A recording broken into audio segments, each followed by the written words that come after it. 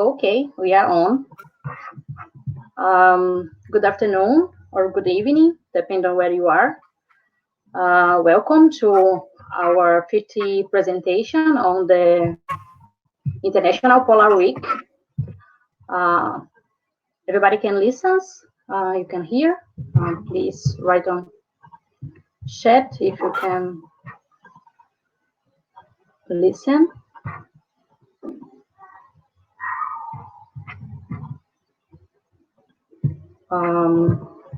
So today we'll have the presentation of Dr. Convey. Convey is a terrestrial ecologist with more than 20 years of experience work on BAS, that is the British Antarctic Survey in UK. He'll talk to us about the future of conservation and protection system in Antarctica. So I hope you will join it and enjoy the presentation. Pete, you can present yourself better. If I can make the system work, I will. And of course, he doesn't want to do that.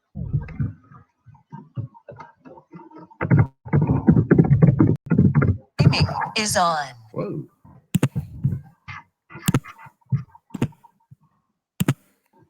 So with luck, you can see me now. So no, now you see me. Why don't you see me? You don't need to do that. Just I think you are sharing your stream now. You don't need to do that. Just speak. I think we. Okay, so you don't necessarily have to see me. Anyway, good evening, everyone. Pete, can you just click on your picture here on your right? Have your name. You can just click on it. I can. Not that it's actually doing anything. Is that coming to you? Okay. So you can hear me now.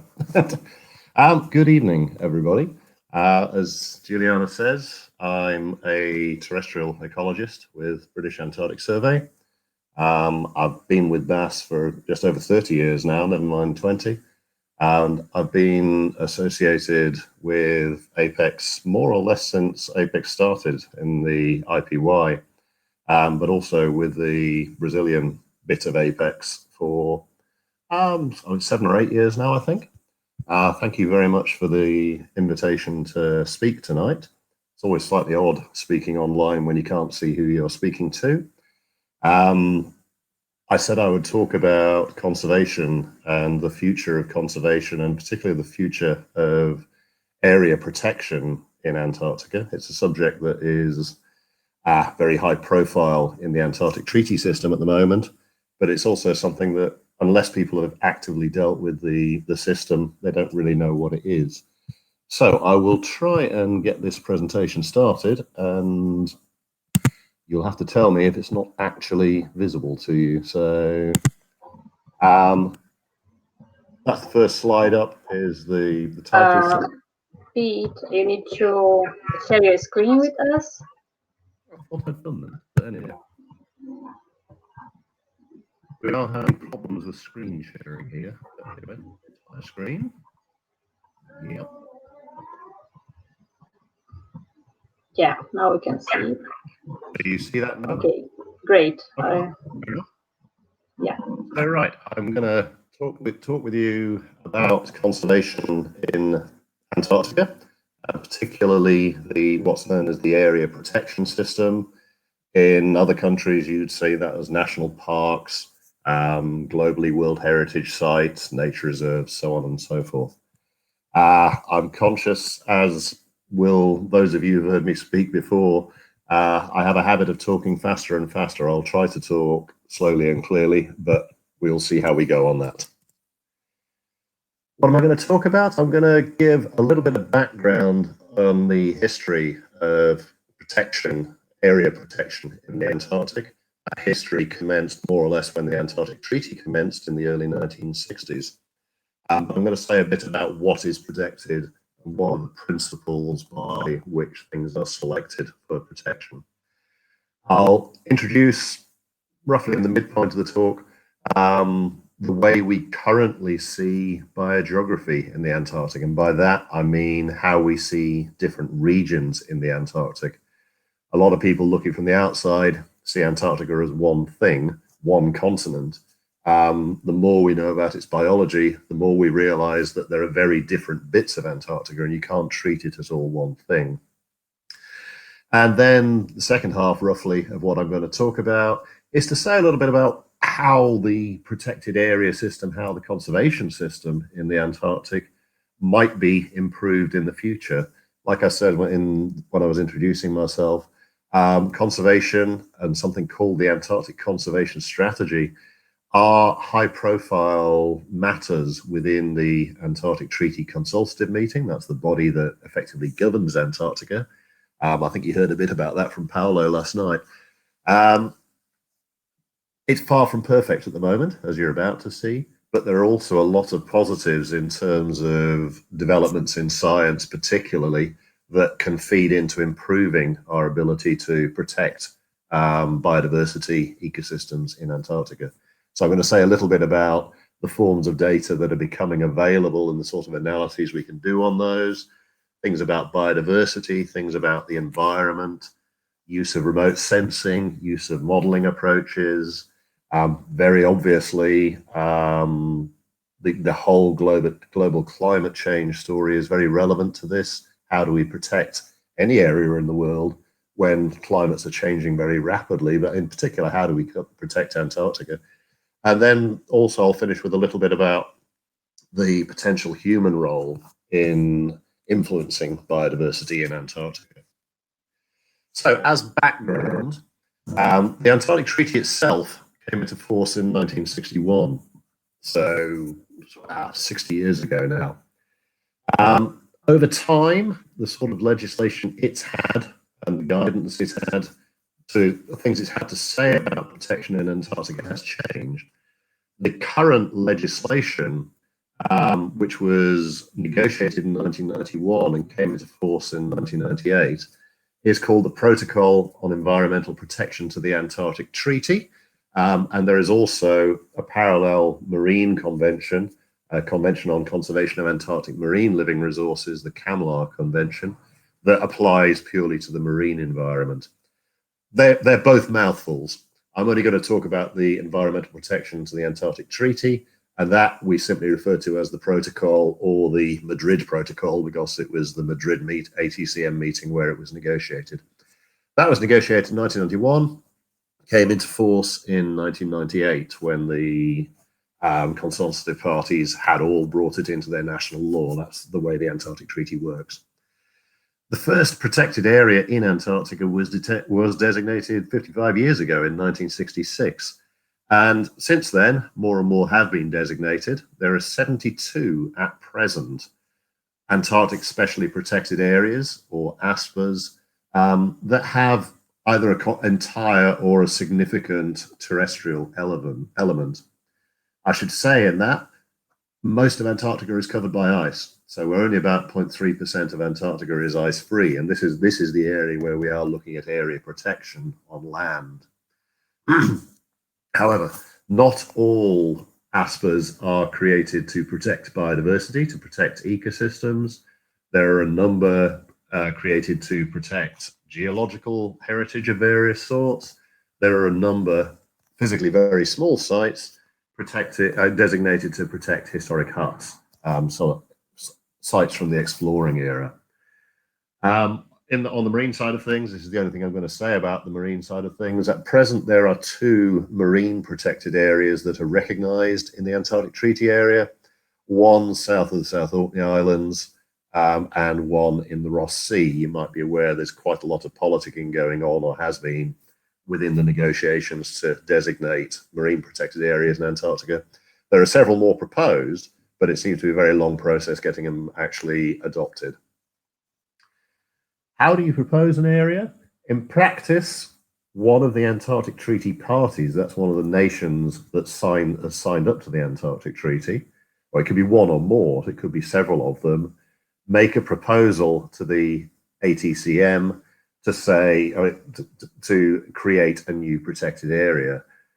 The parties that propose the area then take on the responsibility for managing it. At present, there are 29 consultative parties for the Antarctic Treaty. That's the sort, if you like, the sort of full membership of the Antarctic Treaty, where they have voting rights in the government decisions for Antarctica.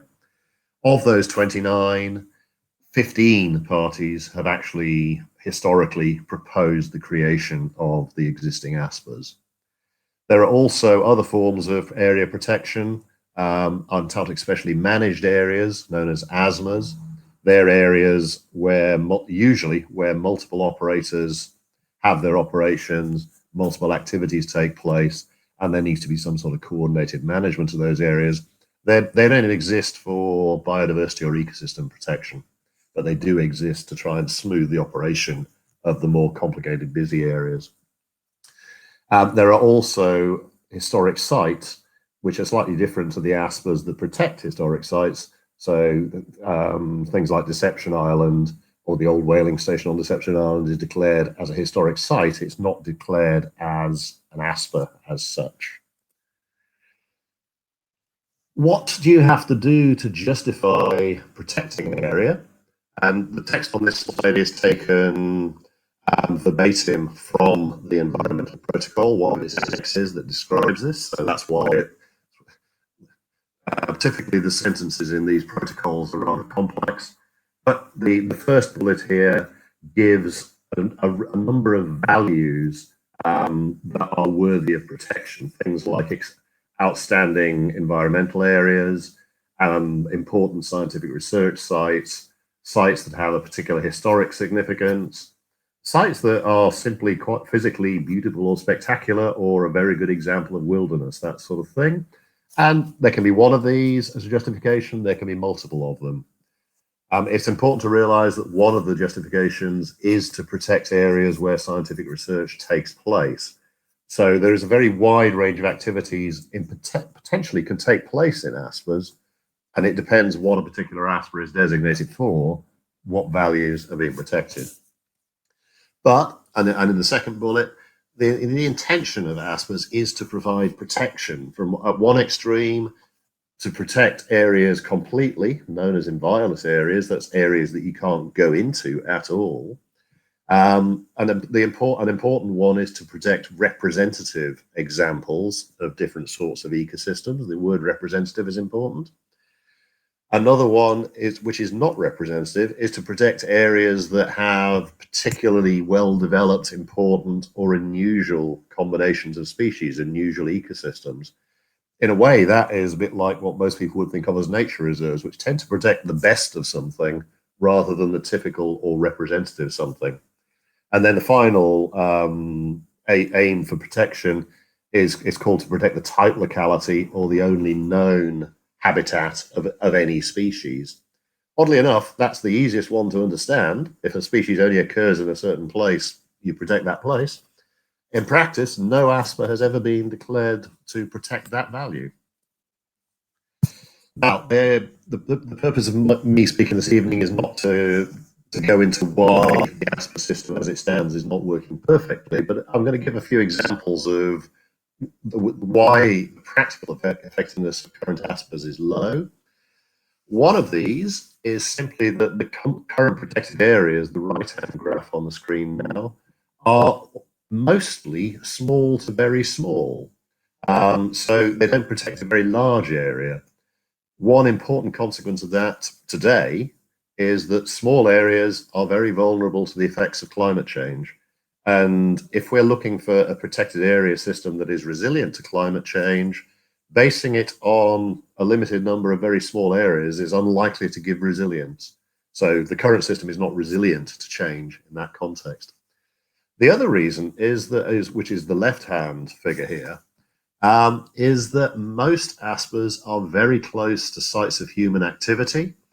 So most of them are close to research stations. Those of us that work in the Antarctic will probably realize that most of the stations we go to have got an ASPA very close to them, which is usually somebody's pet research site or the prettiest site in the vicinity of a station. You'll also see that most ASPAs, terrestrial ASPAs, either are directly joined into other areas of ice-free ground, or they're very close to them. What that means is, I mean, ASPA may have a boundary on a map, but it doesn't have a visible boundary on the ground, usually. And that means that whatever happens in the non-protected area has every possibility of being moved into the protected area. So the proximity to non-protected areas brings in a whole set of biosecurity and regulatory challenges. To give an example that might feel a bit more familiar, a number of ASPAs do set out to protect vegetated ground. And again, you might think about these in the context of more familiar nature reserves. As I said, there isn't a lot of ice-free ground in the Antarctic. But as we stand, only about 1.5% of the ice-free area that Antarctica has is protected. That is low on a global comparison. Now, a lot of us will use proxies. So we will see a well-vegetated, diverse area as being a proxy for diversity of other organisms in the Antarctic. That could be invertebrates, it could be microbes, and so on. So vegetation is used as a proxy for important terrestrial assemblages, or in other words, high diversity. It turns out that a total of 16 square kilometers of vegetation is protected across the entire continent, not just the Antarctic Peninsula or the South Shetland Islands. That seems like an incredibly low amount. And if you look at the little graph on the right-hand side, half of that, 8 kilometers of that vegetation, is in a single ASPA, Byers Peninsula on Livingston Island in the South Shetland Islands. And something else I would say, one of the other values that the system seeks to identify is that of representative ecosystems. So a focus on highly diverse ecosystems, the so-called important assemblages, ignores the fact that most ecosystems in Antarctica are actually typically low diversity. And that means that the current system doesn't normally protect what could be regarded as representative ecosystems in the Antarctic. Okay, some of you listening will have heard me talk about this before, I suspect, but this could be an entire talk on itself, and I've only got one slide showing this. Antarctica, and this is just the Antarctic continent, Antarctic Peninsula, is not a single biogeographic region. This is a realization that has only really come to the fore in the last 10 years. But currently, we identify 16 distinct biogeographic regions in the Antarctic. Why are they distinct? They're distinct because they have different structured communities of terrestrial organisms. They typically have endemic representatives only occurring in one or a very small number of the ACBRs. Endemic means something that only occurs in a particular region. Now, this probably came as a surprise to most people about 10 years ago, but it is based on what's called a multi-layer spatial analysis of the best available biodiversity data sets for terrestrial biology in the Antarctic. It is also recognized by the Antarctic Treaty System as the major conservation tool to be used across Antarctica. In other words, it's the best current available description of Antarctic biodiversity and biogeography. Now, that so far is some background. Antarctic protected areas have been designated over the entire life of the Antarctic Treaty. I'd say we're up to 72 now. I did point out that a lot of them are close to stations, but there are some trends, or there have been trends in the last decade or two. Some ASPAs are being designated further away from stations in much more remote areas, more difficult to reach or to operate in. There is a move, as illustrated on the bar chart here, towards more ASPAs being proposed by more than one party. But little numbers along the top of the bars, the actual rate of ASPA designation has halved in the past 10 years. There seems to be less attention being given to it. And it's accepted that overall, the current system has developed in a pretty uncoordinated way, what in English you would say an ad hoc fashion. That means today it doesn't represent the values that the treaty identifies as ASPA's being required for. And in particular, it is extremely spatially uneven, particularly with the recent development of the ACBR system I just talked about. And I'm going to put a map up in a second that shows this. The Antarctic Conservation Strategy, the Antarctic Treaty System's approach to conservation in the entire continent, really does require a rethink of the approach to area protection. And that is going on within the various Antarctic Treaty bodies, and also under advice from the Scientific Committee on Antarctic Research, SCAR. So this looks somewhat complicated map. The overall purpose of it, the background map still has the colours on it that show the different ACBRs, the conservation regions. The blue circles are the locations of current ASPAs. The white circles are the locations of significant human activity. That could be stations, field refueling locations, traverse locations, that sort of thing. The 2 points I make, first of all, a lot of ASPAs are clustered in the northwest Antarctic Peninsula region and along the Victoria Land coastline. The rest of Antarctica is not very well covered. What that means is that some of the ACBRs actually have no protection formally at all. They have no ASPAs at all. Others have multiple ones.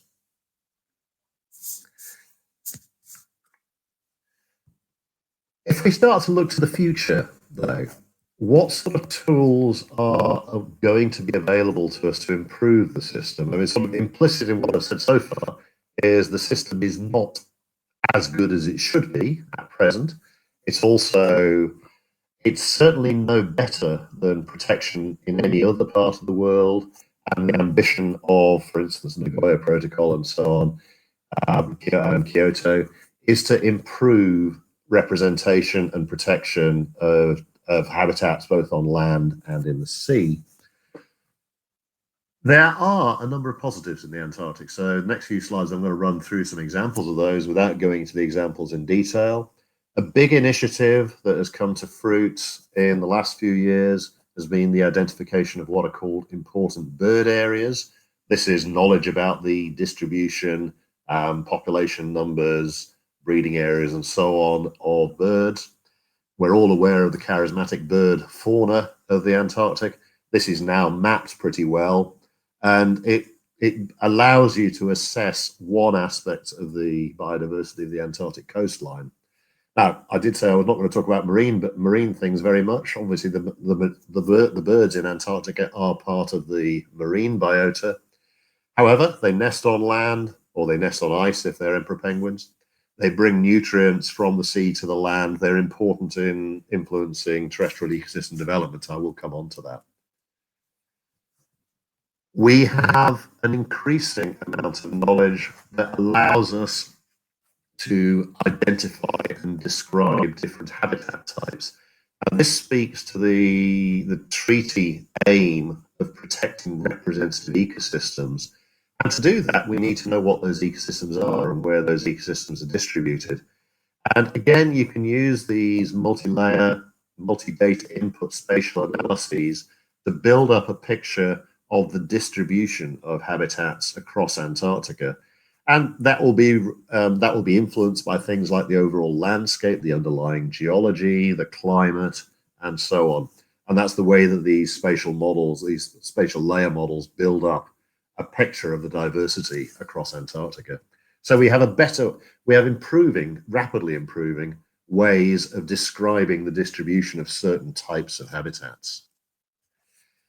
We have improving biodiversity data availability. Now here I'm coming down to not the birds, which have always been better known, but are certainly getting well known now. Terrestrial biodiversity is typically small, so-called cryptic groups, small invertebrates, microbes, lower plants, things I get really enthusiastic about, things that much of the world looks rather strange when you tell them you're interested in. That is the terrestrial diversity in the Antarctic. What that means, though, is that for much of Antarctica, we still don't have a lot of baseline survey information. In particular, we probably know the distribution of mosses and lichens best of all. Yet molecular biology is already telling us that there is much hidden diversity in the mosses and lichens. and the same in the little arthropods, mites, springtails, and so on, which are the dominant animals in the terrestrial fauna. We tend to know diversity well close to stations. There's history in that. That is practically where we could access. That's where people were based. We only know the diversity well for those groups where a particular nation has that expertise. So for most terrestrial groups, we haven't got a good view across the entire continent. We have a limited amount of monitoring to see whether that diversity is changing. I say non-existent on the slide. That's probably more accurate. And as with all of these groups, expertise is limiting. Molecular biology in the last 20 years is rapidly increasing our understanding of biodiversity in the Antarctic, both of specific locations and overall patterns across the continent. And you may well have heard of something called environmental DNA, essentially the ability to go into the field, collect soil, snow, or whatever, and probe it to see what's in it. That in the future may be an important addition to our ability to increase our survey knowledge. It's not entirely there at the moment, but it has the potential of going out and almost collecting at random and having a look-see to see what's there. The marine vertebrates I mentioned. We know very well where penguins nest, where other birds nest, where seals haul out, where seals colonies are. What we hadn't realized explicitly until very recently is just how strong a force that is structuring the associated terrestrial ecosystems within hundreds of meters to a few kilometers of the colonies. You can see from the map that there are such a lot of colonies that means they influence quite a large area. And it does appear that the presence of vertebrate colonies, vertebrate haul-out areas, is an extremely strong driver or proxy for true terrestrial diversity. So this is a clue. It's very hard to survey mosses remotely. It's impossible to survey terrestrial invertebrates remotely. But if we can find proxies for the habitats that they live in, that gives us a very good clue where to look. I alluded to remote sensing there. Remote sensing is often put up as a magic solution. It's not quite there yet.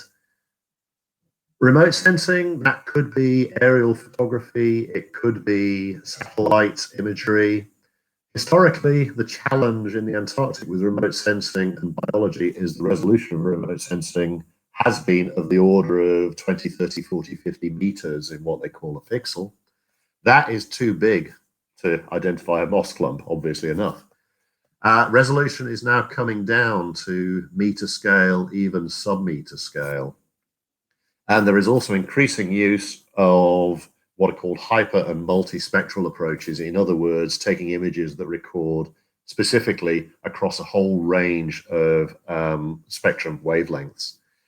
That allows, in a way that I have no idea, I can't do myself, but obviously there are many experts in this, the comparison of signals in different wavelengths allows a lot of interpretation of what you're actually looking at in an image. And in particular, that allows identification of certain vegetation types. It allows identification of snow algae, for instance, in snow-covered areas.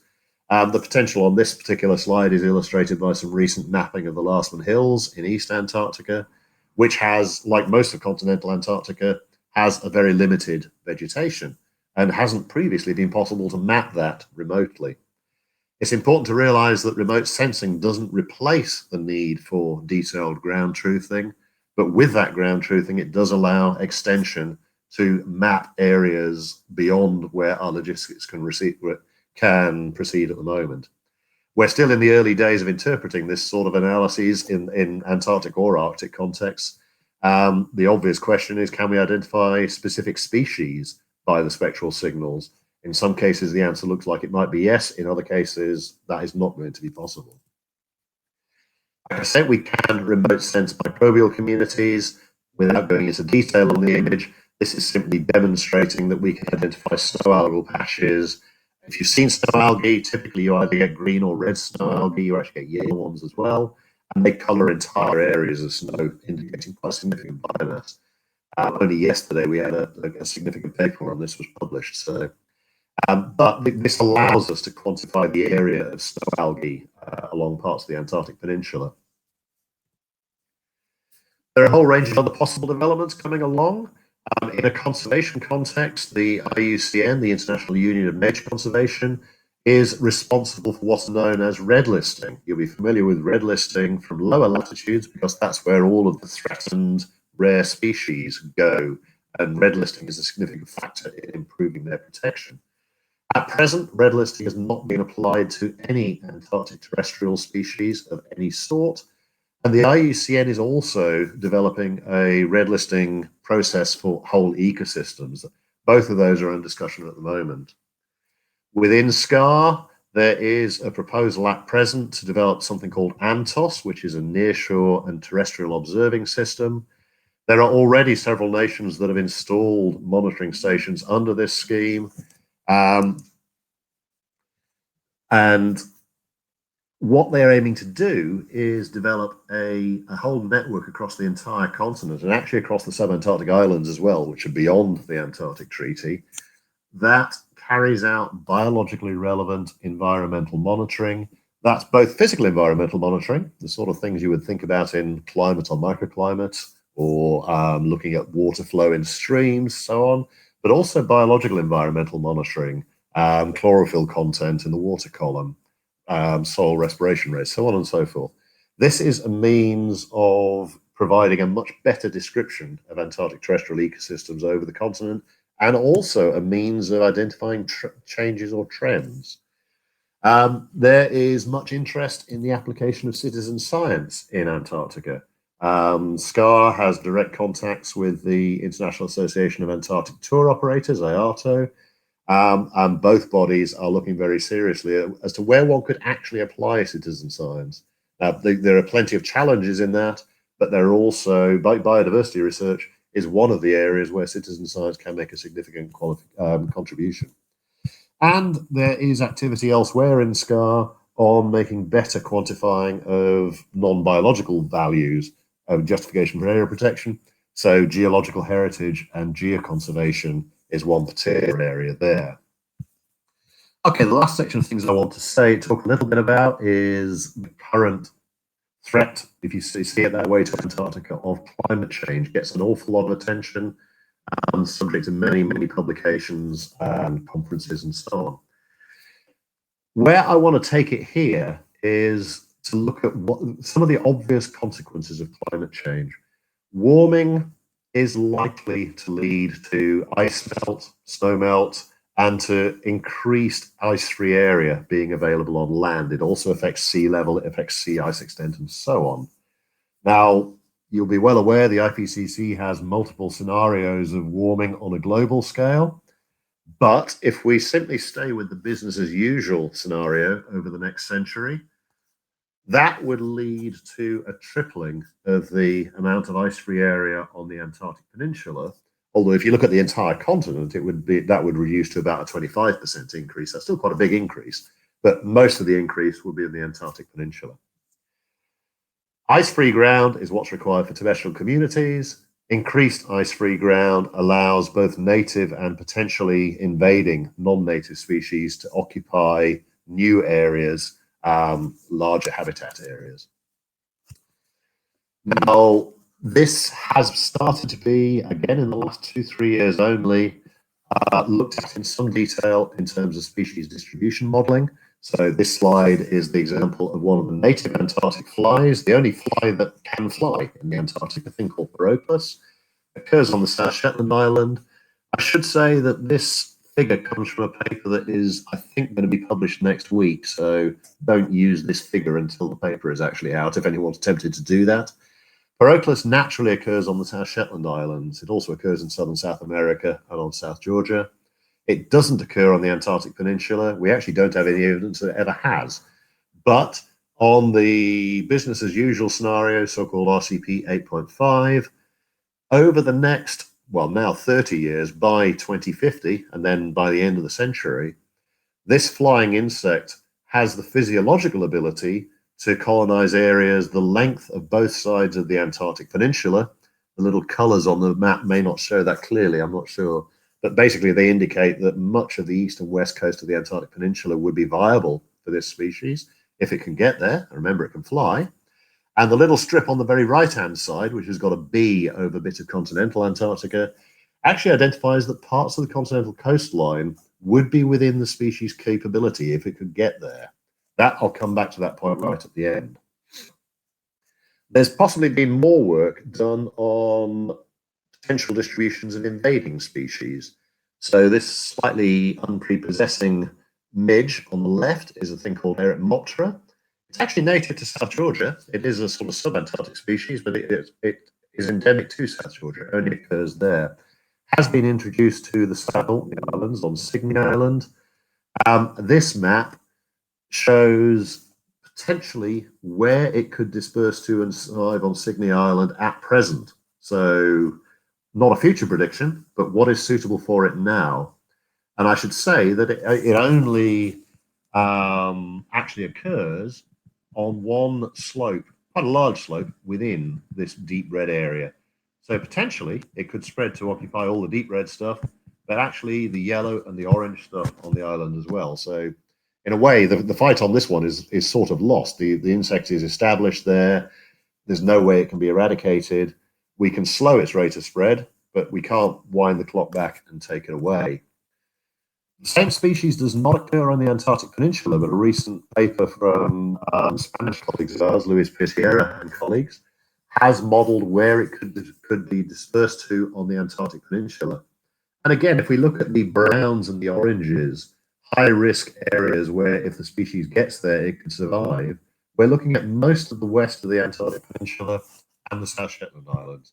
So modeling is increasingly coming to be a tool to help us predict future distributions.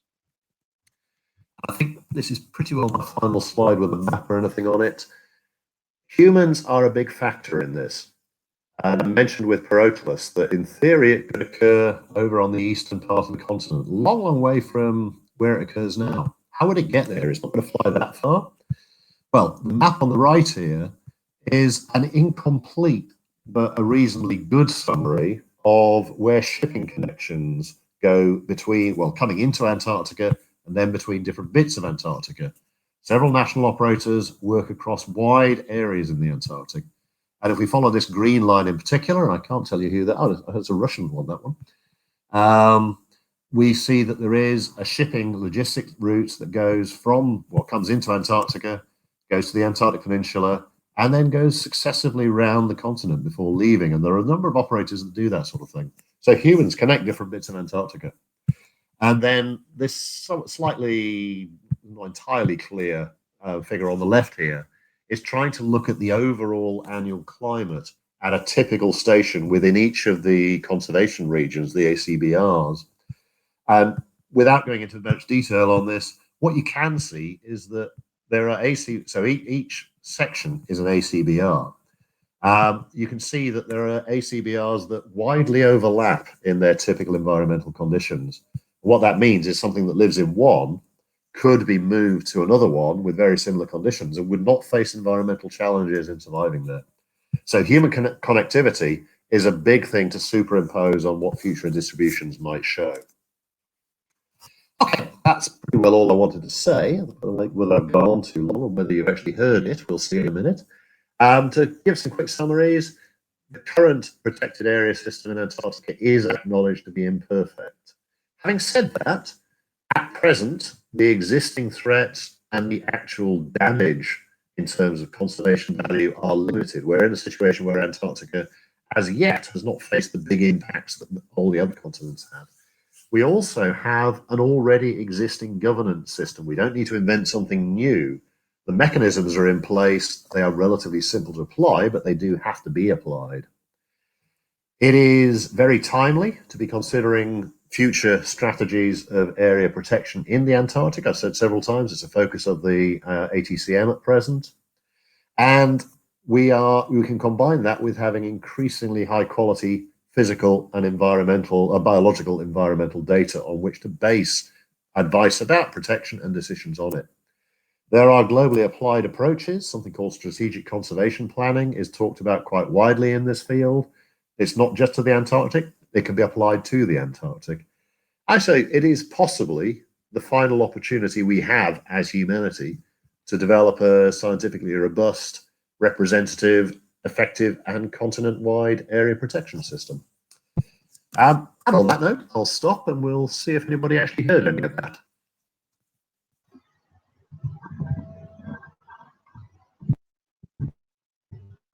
Hi, Pete. Thank you so much for so interesting presentation. It was amazing have the picture about the Antarctic protected area. And yesterday you also had a very interesting talk with Dr. Paulo Câmara. I think this your talk complete very good the topic. Could you stop please to share your screen for everybody can see you? I was trying to work out how I do that now. Just click on the left. Yes, perfect. We have few questions. Junia saying that she's a big fan of you. Also do I. Fabio the same. My citation doesn't speak.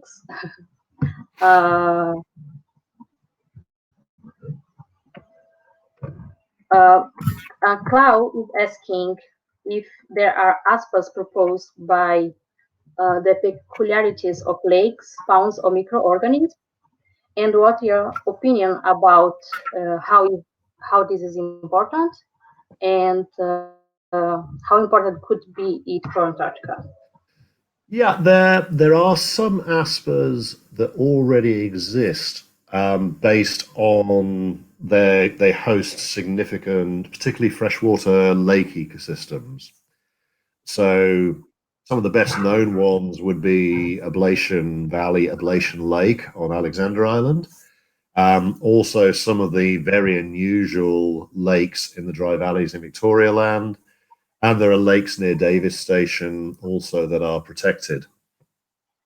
All of the aspers I know of that protect lakes also protect the terrestrial environment around them. So they are part of the value, their ecosystem value is recognized.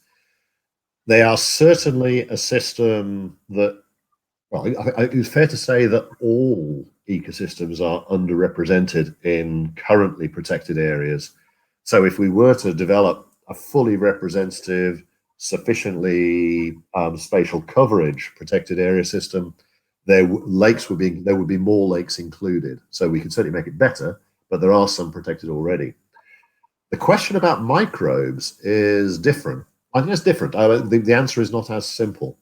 There are some aspers that protect habitats that are important for microbes. But I think a lot of microbiologists would say that microbes are often the poor relation in this. So it's almost by fluke that some aspers contain microbially important habitats, certainly endolithic habitats in Victoria Land again. A lot more effort would be required to make sure that microbial habitats are properly represented. Okay, thank you. She's also asking if, do you know if Brazil has proposed some ASPA? Ooh, is Paolo listening? He might actually be, he might have the answer. I am not aware that Brazil has. Now, I could be wrong there, but I'm not aware that Brazil has proposed an ASPA. And how it works? How could a ASPA be requested? Well, I mean, the system for proposing an ASPA, in a way, is quite simple. I mean, you could argue that anything in a government system is bureaucratic, but the treaty system has a means of proposing. The people who can propose are a party, a national party, so a signatory to the treaty. What they have to do is, well, first of all, you identify something that you think is worth protecting. Now, that's based on the values in the treaty system. So it could be a habitat, it could be a particular species occurring in a place, it could be a particularly spectacular area, it could be a particularly important scientific research area. So when you make a proposal, there's a format the proposal requires. You have to explain the values that you think are worthy of protection. That proposal goes to the treaty system. It actually goes to the Committee of Environmental Protection. It's open to all treaty parties to comment on the proposal because it goes in as a paper at the ATCM and they have to be circulated to all parties. They have the right to suggest improvements, comments, all the rest of it. The proposing party can then revise the proposal based on what the feedback is. And it'll go back to the ATCM, so it's going to take at least 2 years to get one in, and it usually takes longer than that because it's got to go through 2 successive ATCMs. Once it's approved, they have to develop a management plan, and that defines the area, it describes the values, it describes all sorts of things about access, waste disposal, avoiding bringing invading non-native species in, helicopter sites, landing sites, camping sites nearby if you're going to work in that area, that sort of thing. All of that is standard format. So there is a standard Antarctic Treaty System way of doing it. Okay. Dr. Vivian Pellizzari is saying that Brazil proposed ASMA 1 in... Yes, okay, that's an ASMA rather than ASPA. So an ASMA is one of the specially managed areas. And that is because, and that's Admiralty Bay, isn't it? So that is because there are multiple operators working in that area. There are multiple pressures on the overall ecosystem. So an ASMA is a way of managing multiple operations, multiple activities at the same time. And it also gives all the parties that are involved in that. I keep looking around because, okay. Becky is about to appear, for those who know her. Yeah, an ASMA gives all the parties operating in a given area an input into the way that it's managed. I should have said the ASMA system is like the ASPA one, is far from perfect. So there are 2 ASMAs, I think it's 2 in the South Shetland Islands. There's Admiralty Bay and there is Deception Island. The obvious place where there isn't an ASMA, where a lot of people think there should be, would be the Fildes Files Peninsula, where you've actually probably got the densest activity in the entire Antarctic Peninsula region, but there, for various reasons, no one has actually managed to bring people together to create an ASMA there. Yeah, it's quite crazy because we have many ASPAs in a tourist place, like, for example, New York Police Station has a ASPA, and they also have tourist activity there, so how to manage this impact. Yep. We have more questions. 1 second. You already answered, I think, but Clau asked about what is the picture about invasive species in Antarctica. Yeah, well, invasive species, I mean, it's a big subject. There could be quite a few talks on that all on its own. At the moment, there are not many invasive species in Antarctica proper. So there are 2 known true insects. There is actually only 1 higher plant now because the other one that existed was finally eradicated from Kiever Point 3 or 4 years ago. There are quite a number of non-native springtails at particular locations. The problem again is the things invading in the Antarctic are often small, cryptic, and therefore the non-specialist doesn't necessarily spot them. But the numbers and their extent are very low in the Antarctic at the moment. And it is another subject where you can say, well, we're at a position where we're almost at a last chance to stop invading species having a major influence in the Antarctic. They haven't quite got there yet. They have got to most of the subantarctic islands, and we already see the impacts on the subantarctic islands. So it's a very important subject. It isn't rocket science. I mean, you can sort of hear politicians having big debates about it. But with the Antarctic, we have a relatively limited number of ways in. We have a relatively limited number of ships that do it. They start at a limited number of ports. They go to a limited number of places. So biosecurity basically means simply cleaning and checking what we take in, from the people to the cargo to the ships to the aeroplanes. It really isn't rocket science. It doesn't require something complex. I mean, there's a truth. I mean, any form of contact has a risk. All we do is minimize the risk. We can't make the risk 0. But the more effort we put into minimizing the risk now, the cheaper it's going to be in the long run, because it's a lot easier and a lot cheaper to inspect and reduce the risk at the outset than it is to eradicate, clear, restore, whatever else you want to do once something's established. Yeah, also between islands, because sometimes you are in Antarctic Peninsula and you just keep going into the continent or something like. Thank you. That's the example with Proclus, the fly. It's actually very important to realize it's not just bringing things into Antarctica, it's moving them around in Antarctica. So in the region that most people listening, I think, will be familiar with, there are things that occur on the South Shetland Islands that don't occur on the Antarctic Peninsula. The northern Antarctic Peninsula don't occur in the southern Antarctic Peninsula. The entire Antarctic Peninsula, nothing that occurs on that as an animal occurs on the Antarctic continent. So we've got ships and planes that are crossing between all those areas. We have a very real risk of shifting stuff around in Antarctica. Yeah, for sure. You have many messages of congratulations. People are thanking you for your lecture. You can watch later on YouTube. We have other related question. 1 second, because I lost it.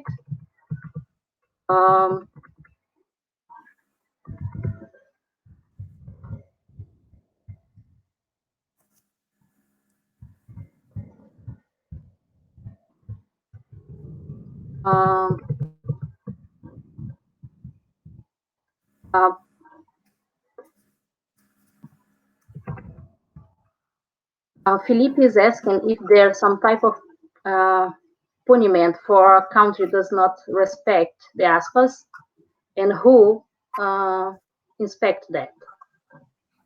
Punishment, yeah? Yeah. Yes and no. The Antarctic Treaty itself doesn't operate a sort of policing system, a police force. So the way the Antarctic Treaty works is that the countries that sign up to it, they adopt its conventions into their national law. So here in the UK, we have something called the Antarctic Act. You would have the equivalent in Brazilian law. What that means is that if a citizen of that country, so if a British citizen breaches a particular term of the Antarctic Treaty, so with an ASPA, if they go into an ASPA without a permit, or if they physically damage things in it, or they collect things they shouldn't, they've breached that particular part of the environmental protocol. That is in British law, so they have committed an offence, if you like. Now, it's very rare for such a thing to go to a court, but if there was to ever be any legal action, and I think in the history of the Antarctic Treaty, there have been 2 legal actions of this sort, it would go to national law. So a UK citizen would go through a UK court, Brazilian through Brazil, New Zealand through New Zealand. One of the examples I know of is actually a Norwegian citizen who went through Norwegian law. It was a rather different breach. It wasn't an ASPA as such. So there is a mechanism. All national activities, but it actually comes down to all individual activities in the Antarctic, take place under a permit. And that permit, the conditions of that permit are defined by the Antarctic Treaty system. So when you or I go as a researcher, that's why we have to put our plans in advance, and we have to give a report in afterwards about what we've done and whether it differs from what our plans are, and that's assessed. As far as whether anybody would report, so if somebody witnesses a problem in an ASPA, they are actually meant to write that in a report. And so I regularly do field work in ASPAs. I have to write a report at the end of that specifically about the ASPA and our use of the ASPA, and also anything visible I've seen that doesn't look right, if you like, that doesn't appear to be holding to the terms of the ASPA. That goes to your national authority. They will choose to take it further. Now, it's a little bit different now, not with ASPA specifically, but with stations. You may well be aware that there are international inspections under the Antarctic Treaty of stations. So essentially, one country will give notice that they wish to inspect what they usually do is they get on a ship in the Northern Peninsula and they inspect several stations all the way down the peninsula. So they'll go to several different countries. They are very formalized. When formal notice is given, what you know they're going to do is inspect certain aspects of a station's operation. A number of stations have got protected areas very close to them. And when that is the case, the inspection does ask questions about control of the ASPA. Do station personnel go in there? What is the permitting system? What is the recording system? But that's not specifically focused on the ASPA. That's part of the station inspection. There isn't an equivalent system for every single ASPA wherever they are on the continent. But you do need a permit to go in, and you do have to write a report afterwards on what you've done. Also, the crews need to do it. The tourists. Yeah, well, they wouldn't normally go into ASPAs. It's very unusual to have an ASPA that would have tourist aspect. There are one or two where that is possible for particular reasons.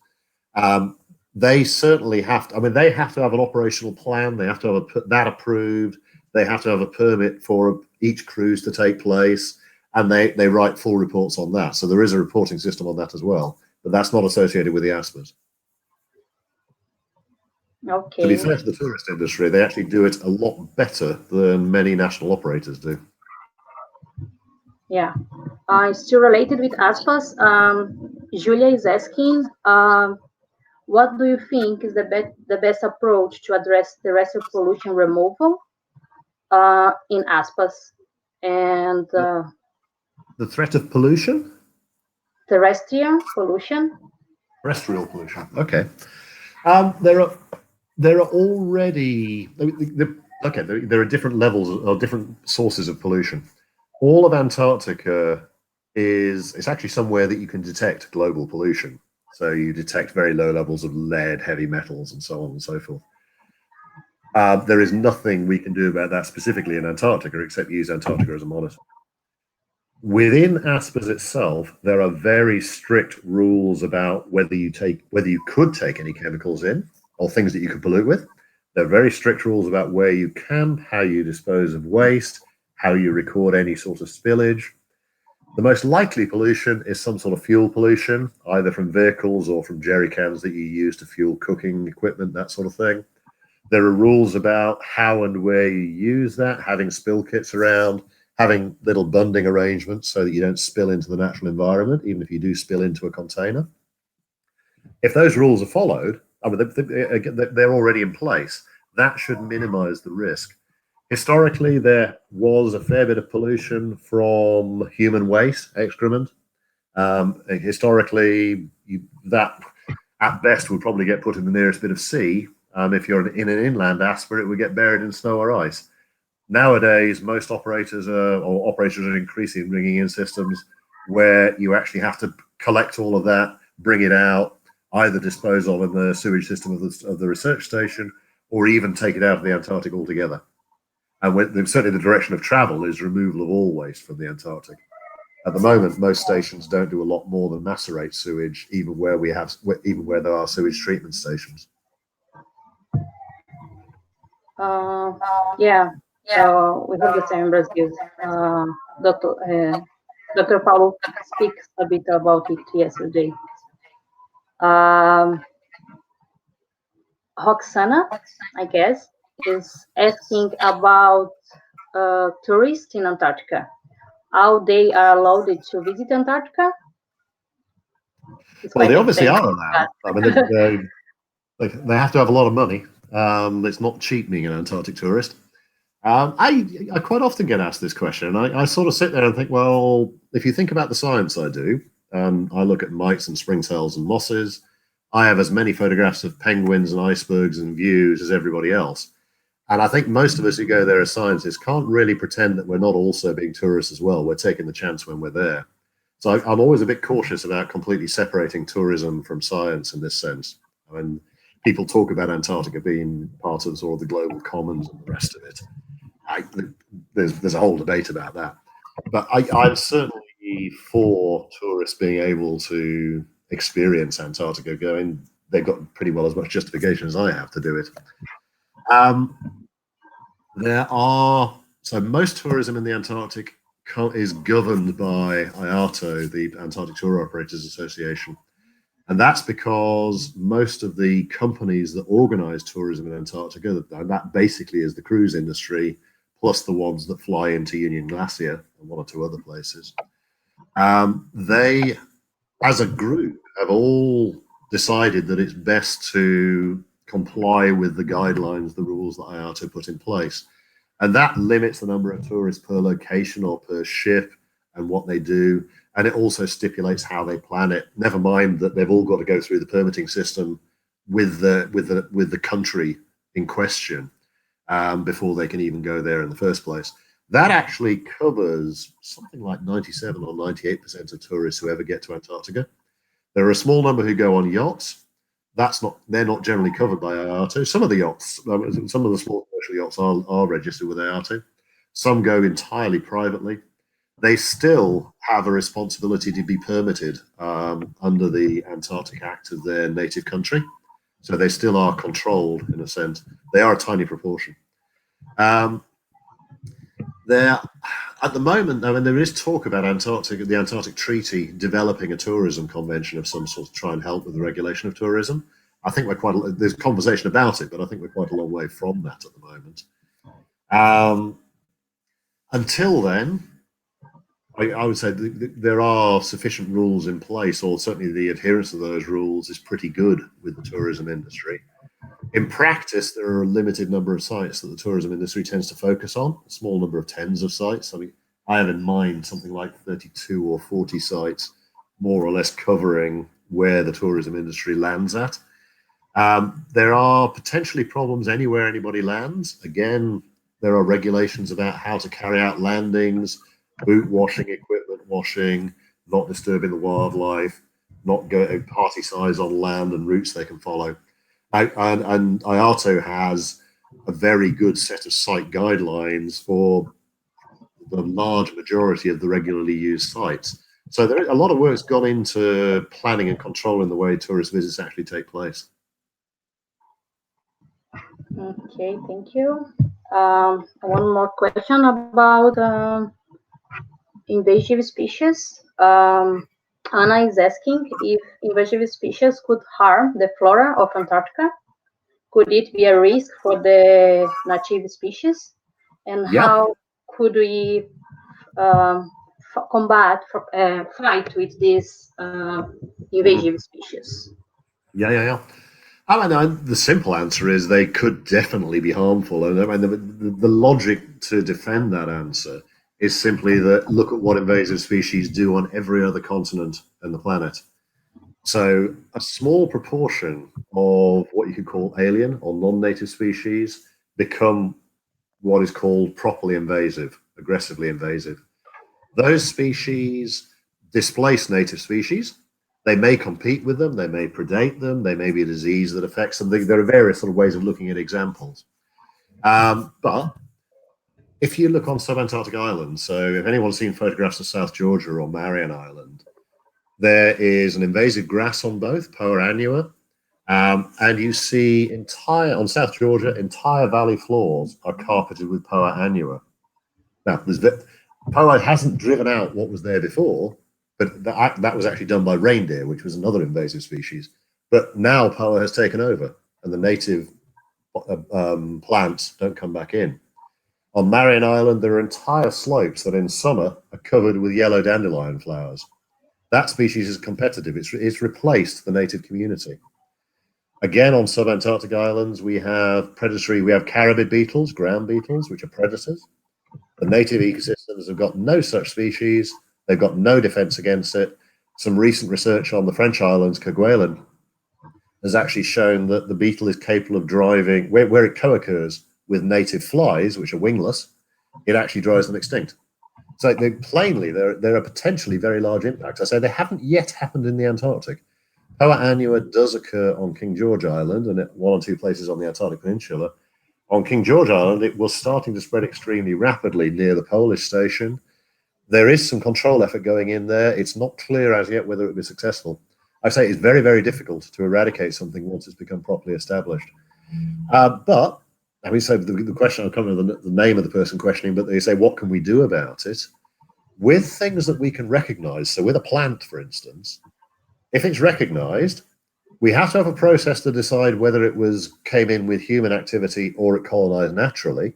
I think one has to accept that natural distributions will change naturally. So we have to be able to assess something as being a human-assisted alien. If we do assess that, again, it's not rocket science. If you've got a plant and you've got a trowel, you can dig it up and remove it. You don't need anything more complicated than that. It does get more complicated if you think you're going to need insecticides, herbicides, and so on, because there are some quite strict rules within the treaty about whether and how you might use that. There is also a statement that says if you're going to cause more damage by removing something than leaving it there and accepting it, then you have to leave it there and accept it. And that is actually the argument with the invading fly on Sydney Island. I had the example in the talk. That now occupies such a large area that the only way to eradicate it would essentially be to napalm the entire slopes that it's on. That would kill all the native vegetation, it would kill all the native fauna. That seems like a ridiculously big price to pay. Okay. Before you finish, I have a question. Not question. Could you tell us a bit about the importance of International Polar Week and leave a message for all the students and scientists that are watching us? Could you repeat the first bit of that? You said, could you tell us about the importance of International Polar Week? Yeah, sorry, I didn't get that bit. You went a bit fuzzy there. The poles for most people are very remote. I mean, you put the poles up on a documentary, you put penguins up or icebergs up, you immediately grab an audience. International Polar Week is a chance to sort of, it doesn't just enthuse the polar community. I mean, as an aged scientist, it enthuses a young scientist, which is actually a very important part of International Polar Week or any more senior scientist role. But it's a chance for us also to look outwards and try and educate other people a little bit more. So I know globally, we're in a very difficult position at home. We're all sitting locked down, looking at computer screens, so our eyes sort of pop. That will change. The world is out there. The Antarctic is a particularly spectacular bit of the world. However you approach it, it's awesome. I mean, we use superlatives all over the place, but different bits of the Antarctic are all worthy of those superlatives.